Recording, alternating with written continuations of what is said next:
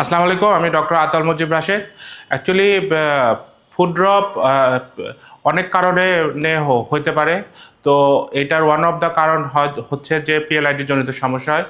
তো ফুড ড্রপের জন্য আমরা যেটা করি, অ্যাডভান্স আকুপাঞ্চারের পাশাপাশি ইলেকট্রিক্যাল আকুপাঞ্চার করি। এটা নার্ভ স্টিমুলেটর দিয়ে আমরা নার্ভ পাথওয়ের বরাবর নিডলিং করা হয় আকুপাঞ্চার পয়েন্টে, এবং সাধারণত 10 থেকে 15টা সেশনে ফুড ড্রপ সম্পূর্ণভাবেই ভালো করা সম্ভব।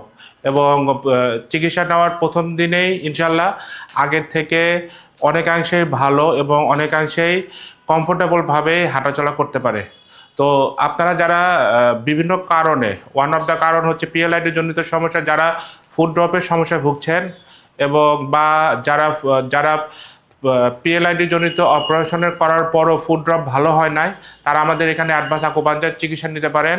অ্যাডভান্স আকুপাঞ্চার মূলত ওয়েস্টার্ন মেডিসিন এবং ট্রেডিশনাল চাইনিজ মেডিসিনের একটা কম্বাইন্ড চিকিৎসা, এবং সাথে আছে হচ্ছে আমাদের এটা ইলেকট্রিক্যাল আকুপাঞ্চার এবং অ্যাডভান্স আকুপাঞ্চারের কম্বিনেশনের মাধ্যমে ফুড ড্রপ সম্পূর্ণভাবে ভালো করা সম্ভব। ধন্যবাদ। আসসালামু আলাইকুম।